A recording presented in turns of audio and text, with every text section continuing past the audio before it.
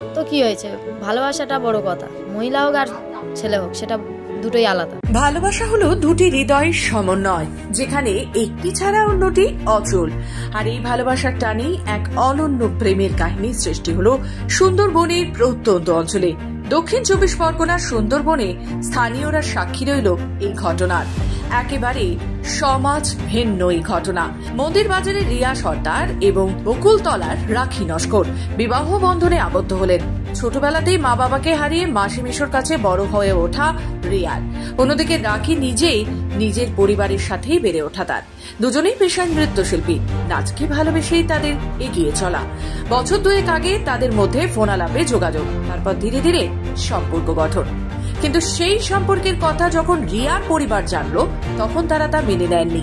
অন্যদিকে রাখির পরিবার শুরু থেকেই পাশে দাঁড়ায়। প্রতিবেশীদের সঙ্গে আলোচনা করে তাদের বিয়ের আয়োজন হয় স্থানীয় এক মন্দিরে।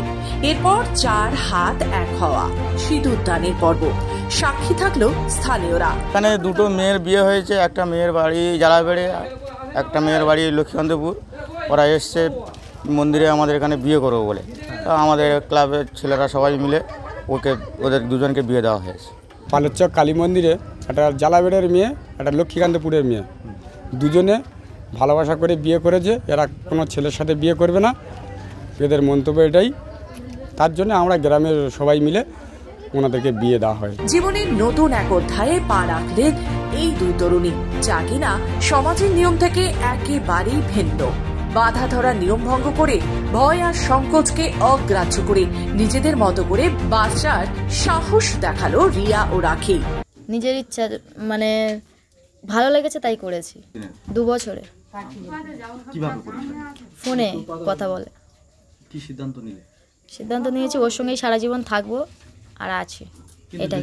তো কি হয়েছে, ভালোবাসাটা বড় কথা। মহিলা হোক আর ছেলে হোক, সেটা দুটোই আলাদা।